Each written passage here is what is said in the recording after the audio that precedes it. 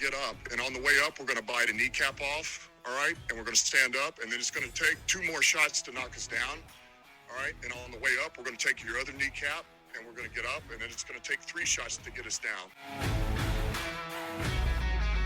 Well, howdy do, Kneecaps Nation. Welcome back to another edition of Kneecaps for Breakfast. Vince Progar, that's me. Happy to be joined, as always, by my longtime partner in crime, Phil Byrne. And Phil, welcome to June, my friend. It's here, the 6th month of the year of 2026.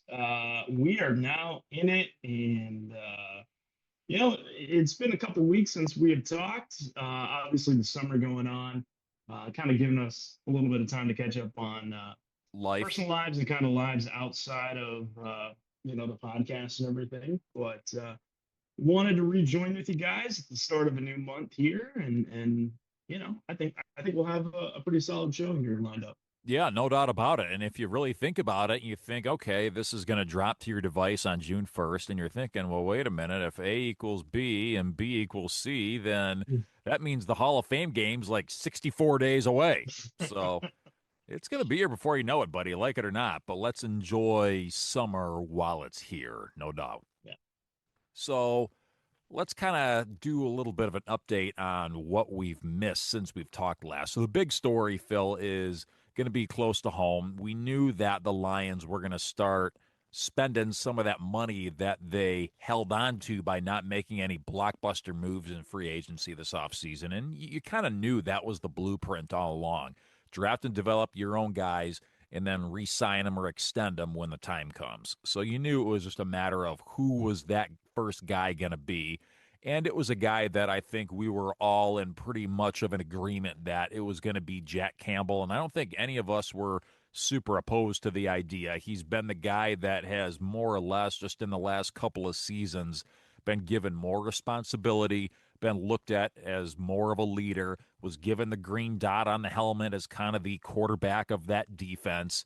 And the Lions got a deal done with him, extending him 4 years, $81 million, just a little bit less than what Fred Warner's contract is. So it didn't reset the market or anything like that. But it seems to me, just based on the verbiage of both sides, Phil, that both sides are really happy with the deal. They're happy a deal got done. And more than anything else, it seems like Jack Campbell's just happy to continue to be a Lion further into the future. Yeah, I mean, I think of all the guys that they have drafted, probably Penei Sewell and Jack Campbell. When you think of like what Dan Campbell wants to instill in the locker room and on the field, I think those are about the 2 closest guys that they have drafted.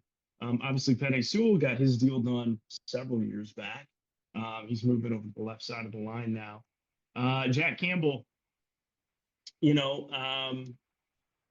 Alex Anzalone not being here, allowing him to walk, not taking him back, probably wanting a little bit more money too.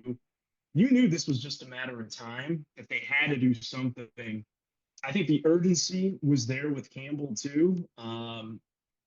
Obviously Jahmyr Gibbs, is going to be waiting, and we'll have to see how far off they are, numbers. I'm sure that'll be the next story that we kind of cover. But no, I think the terms don't reset the market, but he is remarkably younger than Fred Warner too. Yeah.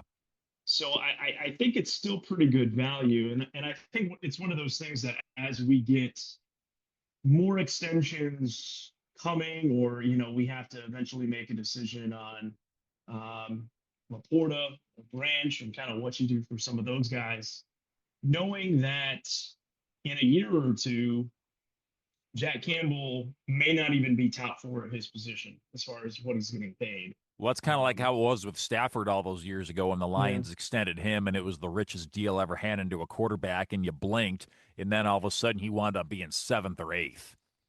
Yeah. So, it happens real quick. And with Jack Campbell, I think he is so important to what this defense is going to want to do. I just, when you look at all the moves that happened on offense to kind of reset the offensive line, no Alex Anzalone there. Brian Branch is going to be hurt. to start the year. Between him and Hutch, like things are going to have to get going with those two, really to set the tone on that defense. So I'm glad this deal got done. And it seems like Jack Campbell wanted to be here, obviously, For and probably sure. gave us a little bit of a discount in the process. Yep, 100%. Now we're going to get to more of this in depth when it comes time for like start of the season previews and everything like that. But just to kind of preview that topic a little bit, Phil, you mentioned Alex Anzalone out of the picture. So really it's going to be Jack Campbell's middle part of that defense. What does that look like now that a guy like Anzalone, who is kind of more of a face of the linebacking core, out of the picture? This is Jack Campbell's linebacking core, no doubt about it. What does that look like from an X's and O's standpoint and from a production perspective? Well, I think the big thing is does Alex Anzalone not being there, what do you do with Derek Barnes? Because I think he is between Barnes, Anzalone, and Campbell. I think Anzalone and Campbell are the closest in terms of having very, very schematic similarities. Derek Barnes, he's been used in more of a pass rusher role. Yeah. I think the thing is like, are we going to see more two linebacker sets? Are we going to be playing a little bit more nickel to where we're going to take away a linebacker out on the field? These are some of the things that I kind of want to follow a little bit as we get a little closer into training camp and eventually on the preseason, because I think having an Anzalone and a Campbell and having them kind of next to each other, while not great in coverage by any means, I think they were able to really cover a lot of ground, assisting the defensive line and stopping the run. I think the Lions against the run with both of those guys has been very, very strong. So I think Derek Barnes is going to be a little bit of a wild card there. And then again, if you go three, is it going to be more Malcolm Rodriguez too? Or the kid they just drafted out of Michigan. Excuse me, Jimmy Rolder. So that is a little bit of a fluid question. I don't have a solid answer on it at this time. And, I don't know even if the Lions really do at this point, other than just Campbell will be here You long got to term. think Kelvin Shepard is probably foaming at the mouth, ready to get started, though, being the former linebacker himself, being the former linebackers coach himself, also. I mean, now that he knows that he's got his guy locked up for the foreseeable future here, he knows that he's able to really get to work on crafting some things now that OTAs are up and running down there in Allen Park. The time is now to start working on some things. So I guess to that end, Phil, now that we are off and running with springtime OTAs here, and this is kind of the last hurrah before training camp, really, because they're going to do these OTAs. Everyone's going to go their separate ways for a month and a half, and then it's time for training camp. So when you and I have had conversations about what are your goals for this offseason, it's really been, I think, from both of us, it's been personnel, it's been acquiring people, it's been getting rid of people, it's been reshaping the roster. What are some goals that you have through this OTA period between now and training camp from an on-field standpoint? What are some things that you want to see some of these guys at any of the position groups really working on and trying to improve upon as we slowly count down towards the season? Well, it's one of those things that I don't really know if we would have an answer to other than being a fly on the wall. But I am really curious about the depth at secondary. Like, what are our starting safeties going to look like with like who can actually be on the field right now? And that's so hard to tell because of how coy they are about the injury updates. And then the other thing would be, what does our interior offensive line look like? I think we're good at center. I think we know we got Cade Mays there. But the two guard spots, what does that kind of rotation and shuffle look like? Who is going to be leading those, those battles heading into training camp? That's really one thing that I would like to see a little bit. I think I mentioned safety, but to be fair, cornerbacks kind of a little bit of mystery as well. We didn't get a big signing or anything like that on the cornerback side. What are you talking about? They're bringing Rock Yassin back for a can of pop. Yeah, he's probably honestly a starter at this point. You Yeah, know, yeah. so I'm big on Keith Abney, but like I don't think we're going to go ahead and start a fourth rounder without a Yeah, rookie mini camp, or anything like that. So yeah, and he's probably more project than he is day one yeah, starter right off the jump anyway. So maybe yeah, someday they'll be able to get some use out of him. I like it better than like a Giovanni Manu or a Broderick Martin or something like that. But I think we got to pump the brakes on expecting the moon mhm. and the stars out of the kid right away. So that's kind of the way things have been rolling with the Lions. And again, we're going to have to keep our ear to the ground because I don't think they're done extending people yet, whether it's Gibbs or whether it's somebody else. I'm not a real big extending running backs guy because I know that the shelf life of a running back runs out and it runs out just as quickly as the running backs themselves are able to run down the field. So it's a lot of money to be putting towards a guy that could run out of gas before he's even halfway through his extension. But we got all off season long to worry about that. One of the things that I do want to do is just kind of hit on some of the other stories that happened around the league since you and I last talked. We talked a lot about the schedule, and before we sign off, we will get back to the schedule just a little bit. But some stories of note, Phil. We didn't have to wait quite as long on this one. Aaron Rodgers made it known that he will come back on a Yep. one-year, $25 million deal for 2026. He'll reunite in Pittsburgh with Mike McCarthy, which I think was a little bit of an appeal to him. And he said he can always change his mind, but he said this is going to be his last year as an NFL player before he rides back into the ashrams and ayahuascas and all that other fun stuff. So you think this is it for A Rod 12? Is this going to be it for him, or do you think maybe he changes his mind out of nowhere? Yeah, I mean, unless his witch girlfriend, fiance, wife, whoever that person is, has some reincarnation juice, and he comes back as Aaron Rodgers, Yeah. Rogers, in a handful of years. Yeah, it's probably his last year. I think he doesn't have the same juice that he has passing. His mobility has obviously trickled down a little bit. I don't think it's going to be a great Pittsburgh team. Obviously, not having Tomlin there and McCarthy, they probably wanted something to kind of transition into McCarthy being there. So um, I don't know. We'll see. I was under the impression before McCarthy came in there that there was bad blood between Rodgers and McCarthy. That could not be farther from the truth, the way that they're selling that in Pittsburgh. So Yeah, we'll they see. both have their story straight on that one. Yeah, yeah. So we'll see. We'll see what happens. If they start losing or something like that. But yeah, I am of the feeling that this is definitely the last go around for Rodgers. More aging quarterback news and a name that we're all familiar with as well. Matthew Stafford and the Rams reached an agreement on a 1-year, $55 million extension. Could be worth up to 60. Awfully interesting move there, Phil, seeing as the Rams used first-round draft capital to draft a potential replacement.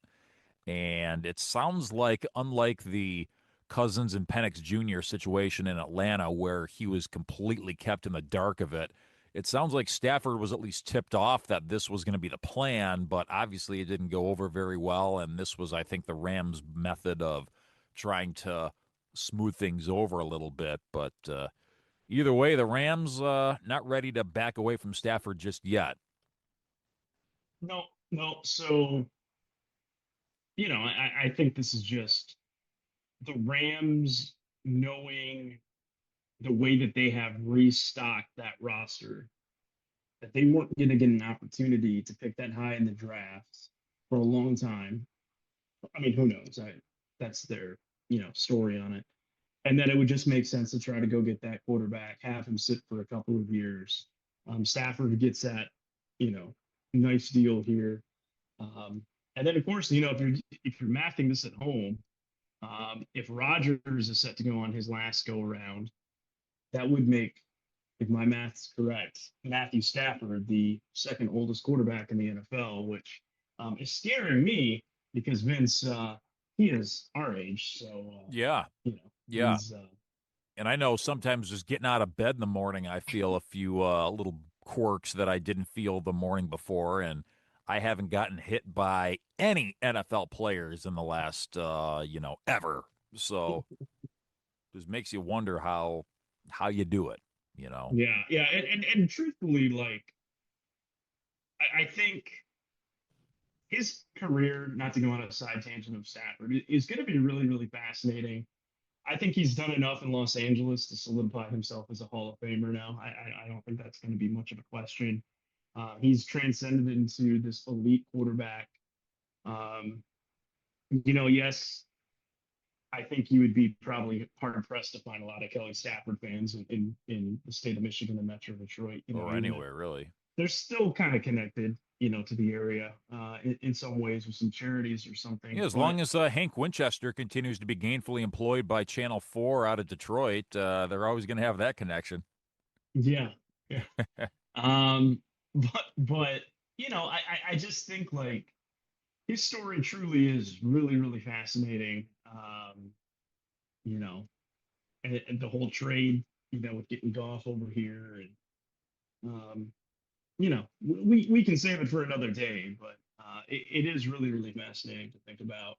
Where he was professionally in his career, some 6 years ago to where he is now.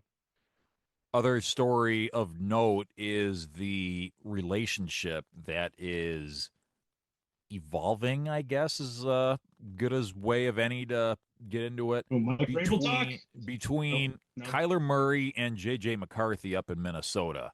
Okay. And I think awkward is kind of the best word to describe it at this point. And you have at the beginning of the media portion of OTAs, you have the interviews and everything like that. So they first go to Kyler Murray and ask, what's it like working with JJ McCarthy, and he gives a very diplomatic answer, and he's not going to blow anybody away with what he's accomplished as an NFL quarterback up until now. Quite the contrary, but you can tell he at least has some level of NFL veteran, has been coached up as far as how to handle the media a little bit. He gave a very well thought out, well executed answer, and just very diplomatic and complimentary in this and that.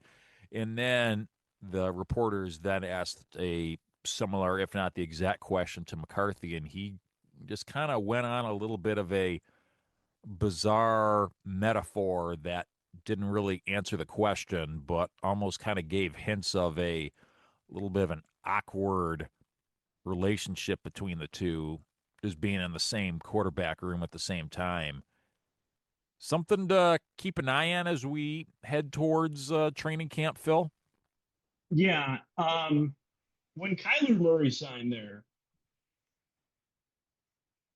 I know he has to win over the locker room, and it's still very, very early on in there, but he's never had a coach like O'Connell.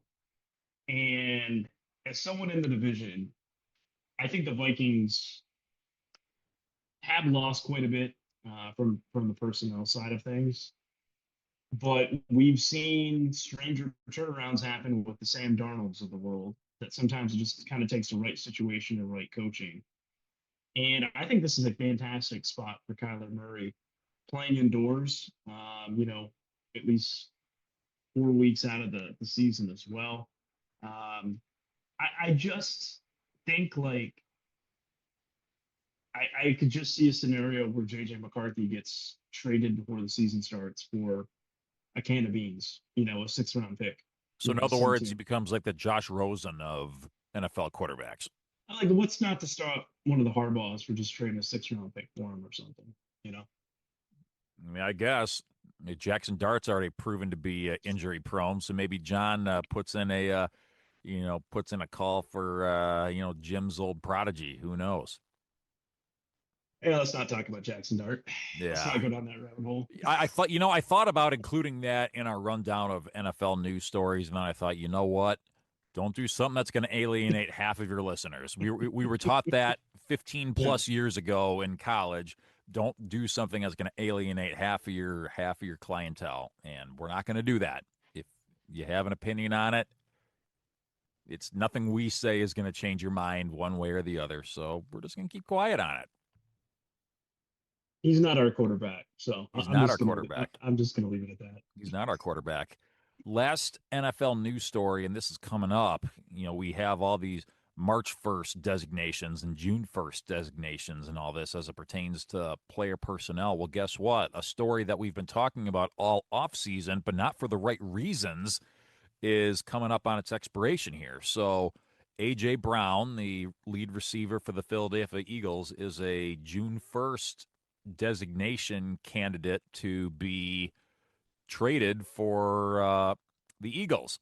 And that's kind of been the whole genesis of the whole Diana Rossini and Mike Vrabel thing all along. And it seems like he's kind of been a prime candidate to join the Patriots. So now that we're at June 1st, Phil, do you think Rossini and Vrabel stuff aside, do you think this is something that actually comes to fruition here in the next handful of days?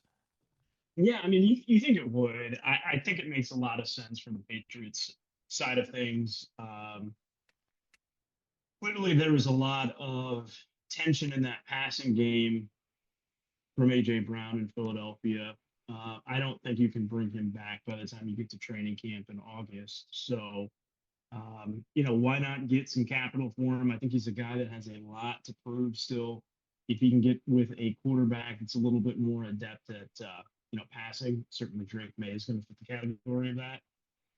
I think it is a really good fit, but it's really kind of unprecedented when you think about it, not to tap in too much to the Vrabel Rossini thing, but I mean, this is going back to early April, maybe. I think when word started getting out about this, I If mean, it was not before the earlier, yeah. draft. And we're almost at 2 months, 2+ months of this getting out there, and you just wonder if Philadelphia has been able to, conjure up any interest anywhere else, for this deal to go through. I mean, certainly if I was the Buffalo Bills and I'm looking at the receiving core that I have, and I just know that, our division rival is going to go acquire someone like A.J. Brown, what is to stop me from offering up a higher draft pick or something like that to go ahead Or and maybe make this pick up a happen? Keon Coleman along the way or something like that. So, yeah, we'll see. I mean, I think something gets done here just because I don't think the Eagles bring him back at this point. The But mindset of NFL wide receiver, though, never ceases to amaze me because there's yeah, all this discontent, all this butthurt, all this frustration. You've been winning at a consistent level the entire time you've been there. You've won Super Bowls. You've done everything that an NFL player would want, and you're still unhappy. I'll never understand that because that just goes to show the minute things take a hard left, no matter where he ends up, he's going to be right back where he is right now. well, look at the Seattle Seahawks wide receiver room prior to making the Super Bowl. With the guys that they let go, um, what DK in Pittsburgh, how'd last season go for him? Yeah. I think he would have enjoyed being on a Super Bowl winning team. Tyler So Lockett's like turned into a nothing since he's left Seattle. yeah, yeah. So it is, in my opinion, the quarterback always gets all the glory and all the headlines and hype and everything, but the receivers, yeah, there's never a dull day following their stories. Absolutely. So, Phil, I want to get back to the schedule before we call it quits here. You and I spent a lot of time going through the Lions schedule on our last episode. We didn't really get much of a chance to broaden out a little bit, and I do Mhm. want to do that on this show. You and I talked about it a little bit, but I kind of want to maybe focus in on this a little bit more, and that's the Lions national TV slate. So we know that they're a big national draw. They have been over the last handful of years, and it might not seem like the NFL really did a whole lot for them in that regard this year, but you have to keep in mind also they were a team that missed the playoffs, and they're a team that finished last place in their division, and they were still handed a good number of games in some pretty big time slots. So they got two Sunday night football games. They got a Monday night football game. They got a Thursday night football game. They're on Thanksgiving. They're playing an NFL Europe game. So that's 6 times where they're in the nobody else is playing a game right now other than the Lions. What I don't quite understand though is what is almost an equally as big of a draw is the Ford Field crowd. That Ford Field atmosphere during a national TV game is something that people around the country enjoy seeing, not just Lions fans. People all over the league enjoy watching Lions games at Ford Field. And what I didn't quite understand is how the NFL only gave the Lion, I'm not counting the Thanksgiving game because that was going to happen anyway. They gave him one Monday night football game at the very end of the season, which may or may not matter depending on how the season goes. And that's it. Both Sunday night games are on the road. The Thursday night game is on the road. And the Europe game is obviously in Europe and not to be played in Detroit. So, any reason why the Lions maybe got the short end of not getting any home game national TV games, or is that just the way the schedule writers wrote it up, and there's no sense looking into it beyond that? Well, it's not even that, but I think like there's there's a lot of weird. I don't want to use the word flex when we think about flex scheduling and what it is, but they've gotten to the point where with all the other TV audiences that they're starting to have in here now, the 1 p.m. and 4 p.m. windows are dwindling each year, and usually quite a bit at the beginning of the season and at the end of the season. You start getting some Saturday games in there. You got a whole bunch of crazy stuff going on week one with some of the international games going on. Yeah, you've got a It's Wednesday and a Thursday game week one, including that game in Australia.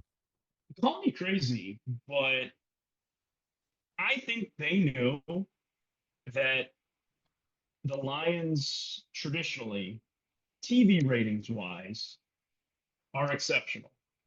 And I think that the home slate with the schedule that they had this year is not very good.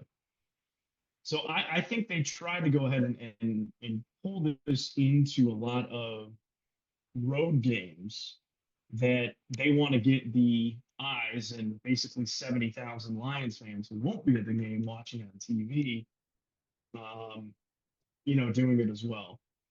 So it is a bizarre schedule. Again, we went through it and just kind of like looking at it again.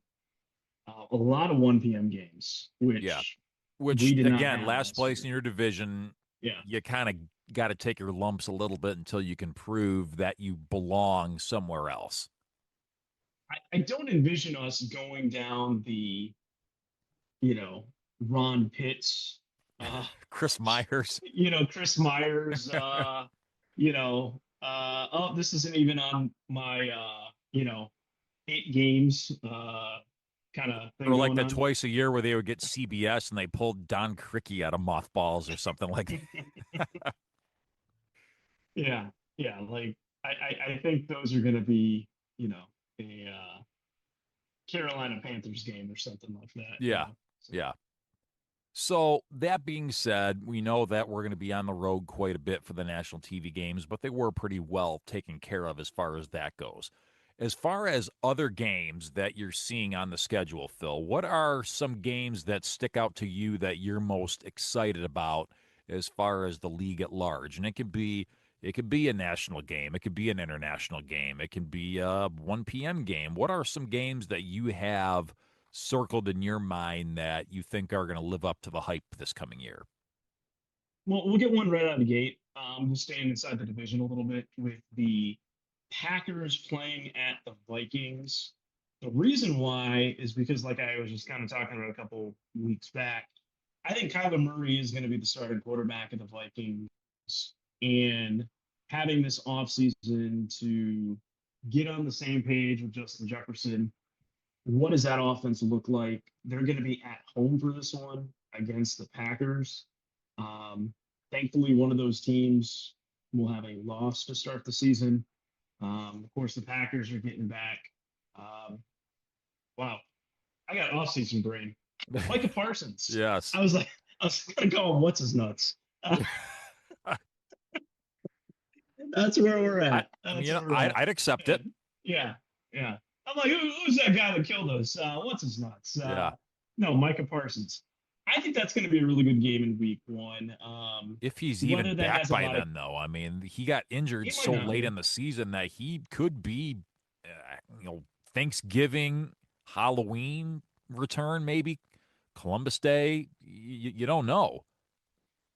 And I would say outside of the division, one team I am kind of keeping an eye on. Lord knows they get enough national TV games. Actually, too many. In most years, I don't want them on TV, but I am actually curious to see what the Dallas Cowboys have to do this year. So, one of the games that I wanted to see, where is it? There we go. Cowboys at Rams, December 20th, with a 4:25 start on CBS. I would venture that the Rams should be. Yes, a good old-fashioned NFC matchup on CBS, just like we all remember. Yeah, because we're in the year 1991. Yes, back when Sean McDonough called games for CBS. Bird Lundquist. That's Brett Musburger. I miss Bird Lundquist on games. Yes, and the neck he doesn't have. Yeah, beating him one time. That's a story for its own right. But that's a game that I'm really curious in. The reason why I say that too is because, well, I still think the NFC North is probably a top three division in the league. The NFC West is going to be a gauntlet for those three teams at the top there. So again, the Niners, the Seahawks, and the Rams. How is that going to look for the Rams? That game's in December too, so there should be some, hopefully, you would think, postseason ramifications for them. An interesting one that I have my eyes on is kind of multi-layered here, and that is the Thanksgiving night game matchup between the Chiefs and the Bills. And it's kind of unique that the NFL put it in this particular portion of the calendar. And obviously that is to give Patrick Mahomes more time to heal up. It doesn't do them a whole lot of good to put it anywhere on the front half of the schedule because he may not be good to go. Kind of like with Micah Parsons. They got hurt at a similar time on the calendar in December, back end of this past season. He says he's going to be a quick heal up, but you just don't ever know. Once rubber meets road, you just don't ever know. So the NFL is kind of putting a little bit of a buffer in there and making it a late season game. You're obviously going to get a lot of eyeballs on that game to cap off Thanksgiving, which you're going to have a couple of entertaining games early in the day with the Lions game and the Cowboys game. So Chiefs at the Bills in the new stadium on the Sunday Night Football broadcast on NBC. What's unique about that is I don't think, Phil, anybody other than Jim Nantz and Tony Romo have ever called a matchup between Allen and Mahomes. That game has always been a protected CBS game. And now with these new rules, there are no protections for any particular game. So you can have a game to be snatched up by any network for any reason, and any game, conversely, can be turned into a international game. You don't have any protections for that either. So kind of interesting not having CBS or Nance and Romo doing Allen and Mahomes. What is this? 12.0 or 13.0 or whatever version this is. Another little quirk in the schedule for this year. Hello, friends. Yeah, again, that's the other thing. I think when you hear that you've got Chiefs and Bills, you're like, oh, okay, yeah, let me get the TV fired up here. What? What is this? Is that on You know? CBS? I feel like this is going to happen several times throughout this year. I just mentioned the Rams and the Cowboys. You're thinking that's going to be the Tom Brady game. Nope. That'll be a Jim Nantz game. Yeah. So who knows? And kind of like you, I'm interested in seeing what the Cowboys do this year. I think they're going to be a sneaky team to watch. I mean, all vitriol for the Cowboys aside, I think they've done a sneaky good job in really rebuilding that defense since the Micah Parsons trade. And people thought there's no way the Cowboys win this trade. There's no way that the Packers lose this trade. And yet, Phil, with Parsons on ice, healing himself up, it just seems like the Cowboys have little by little pieced this thing together to, it's not a finished product yet. It's not a polished product yet, but it's going to be kind of cool to see in real time how this team has been able to kind of pick itself up and rebuild its image because they got rid of one guy. Yeah, absolutely. All right, that is all the time that Phil and I have for you on this June 1st edition of Kneecaps for Breakfast. It's been a lot of fun being back with you and talking football again. So I guess salvage it for a couple more weeks, and Phil and I will be back with you all right around Father's Day, let's say, for another awesome edition of Summertime Kneecaps for Breakfast.